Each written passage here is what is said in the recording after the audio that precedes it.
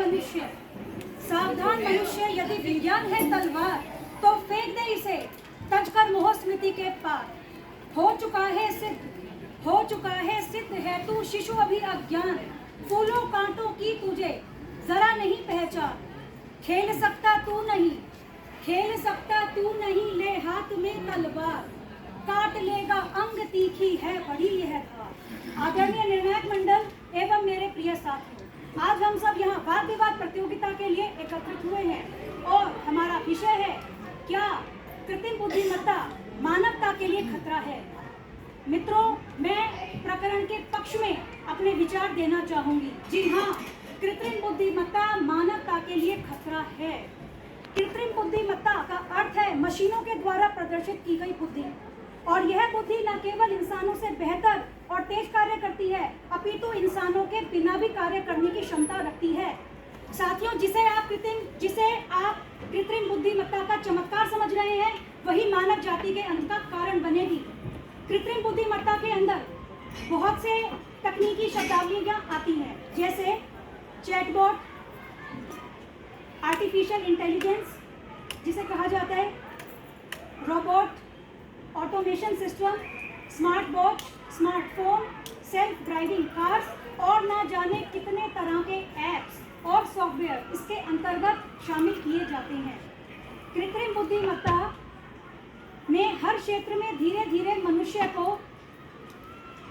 का स्थान ले लिया है। मैं आपको कुछ उदाहरणों से यह प्रस्तुत करना चाहूंगी किस प्रकार कृत्रिम बुद्धिमत्ता मानव जाति के लिए खतरा बनती जा रही है। कृत्रिम बुद्धिमत्ता के कारण बेरोजगारी बढ़ती जा रही है और आने वाले समय में यह अपना एक बड़ा विशालकाय रूप ले लेगी। उदाहरण के लिए अप्रैल 2023 में ट्विटर ने अपने 80% कर्मचारियों को नौकरी से हटा दिया। जहां ट्विटर में पहले 8000 व्यक्ति कार्यरत थे, अब केवल 1500 लोग आर्टिफिशियल इंटेलिजेंस के दम पर पूरी कंपनी चला रहे हैं। यही नहीं, ऑक्सफोर्ड यूनिवर्सिटी के एक अध्ययन के द्वारा यह पता चलता है कि आने वाले समय में अकेले अमेरिका में 1.5 लाख रोजगार खत्म हो जाएंगे। और मित्रों, यही स्थिति हर देश की रहने वाली है।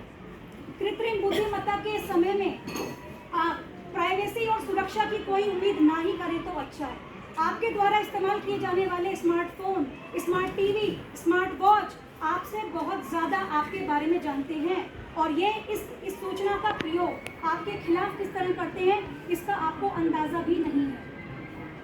कृत्रिम बुद्धिमत्ता के युग में रचनात्मकता का पूर्ण रूप से हनन निश्चित है। कई कवियों, लेखकों, रचनाकारों, चित्रकारों, फिल्म निर्माताओं का कार्य कृत्रिम बुद्धिमत्ता चंद मिनटों और घंटों में निपटा देती है। ऐसा समय भी आ सकता है जब भारत रत्न, पद्मश्री, नोबेल प्राइज जैसे बड़े बड़े पुरस्कार रोबोटों को ही दिए जाने लगेंगे। और साथियों, यदि उन पुरस्कारों को देने वाले भी रोबोट ही हुए तो कोई अतिशयोक्ति नहीं होगी। कृत्रिम बुद्धिमत्ता धीरे धीरे हर क्षेत्र में मानव का स्थान लेती जा रही है। कहाँ मानव जाति नैतिकता, प्रेम, स्नेह के लिए जानी जाती है, वहीं दूसरी ओर कृत्रिम बुद्धिमत्ता का नैतिकता से, प्रेम से, स्नेह से कोई लेना देना नहीं है। कृत्रिम बुद्धिमत्ता के कारण ही हर क्षेत्र में साइबर क्राइम बढ़ता जा रहा है। दोस्तों, आपकी एक फोटो और मात्र 10 सेकंड की वीडियो के द्वारा आपके ऊपर पूरी फिल्म बनाई जा सकती है और आप शायद ये बता भी ना पाएं कि ये आप हैं ही नहीं। मित्रों, ध्यान रखिएगा, न्यायालय में सॉफ्टवेयर और रोबोट्स के खिलाफ शिकायतें नहीं की जाती। कृत्रिम बुद्धिमत्ता का विस्तार इस गति से हो रहा है कि मानव अपनी ही नाश को आमंत्रण दे चुका है। यही नहीं, संवेदनशील क्षेत्र जैसे कि डिफेंस में यदि कृत्रिम बुद्धिमत्ता का पूर्ण रूप से प्रयोग किया जाए तो मिसाइलों और ड्रोनों का पूरा नियंत्रण कृत्रिम बुद्धिमत्ता पर आ जाएगा।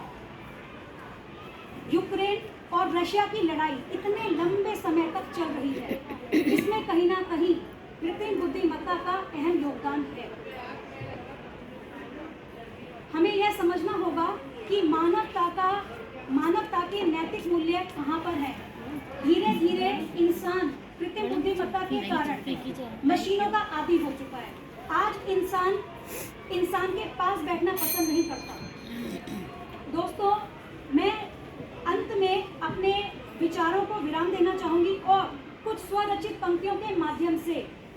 चाहूंगी कि मानवता के लिए यह किस प्रकार खतरा है।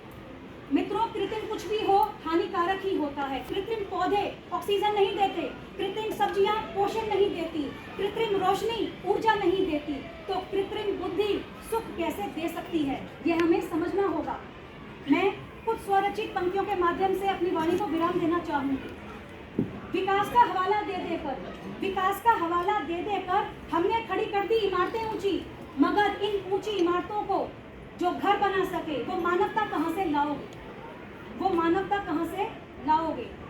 हरास करने के लिए तो ले आए कृत्रिम बुद्धि, मगर सर्जन करने वाली मानवता कहाँ से लाओगे? इलाज तो कर दोगे रोबोट से, मगर पीड़ा को जो महसूस कर पाए वो मानवता कहाँ से लाओगे? अंत की पंक्तियां मित्रों ध्यान दीजिएगा, अंत की पंक्तियों पर ध्यान दीजिएगा। गणित पढ़ाने के लिए तो ले आओगे रोबोट, गणित पढ़ाने के लिए तो ले आओगे रोबोट, मगर हैप्पीनेस कक्षा जो ले पाए वो शिक्षक कहाँ से लाओगे? धन्यवाद।